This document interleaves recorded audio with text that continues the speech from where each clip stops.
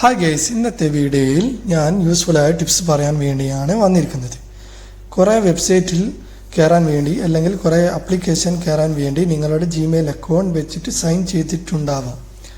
അത് ആവശ്യമില്ലാത്തത് എങ്ങനെ റിമൂവ് ചെയ്യാമെന്നാണ് ഇവിടെ പറയാൻ പോകുന്നത്. ആദ്യം ജിമെയിൽ ഓപ്പൺ ചെയ്തതിന് ശേഷം ലോഗോ സെലക്ട് ചെയ്യുക. അതിനുശേഷം manage your Google account select ചെയ്യാം. അതിനുശേഷം സെക്യൂരിറ്റി ലെഫ്റ്റ് സൈഡിൽ കാണുന്ന സെക്യൂരിറ്റി സെലക്ട് ചെയ്യാം.